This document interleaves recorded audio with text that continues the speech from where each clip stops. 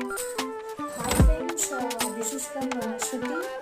నాకు రీసెంట్గా మ్యారేజ్ అయింది, కానీ నాకైతే 1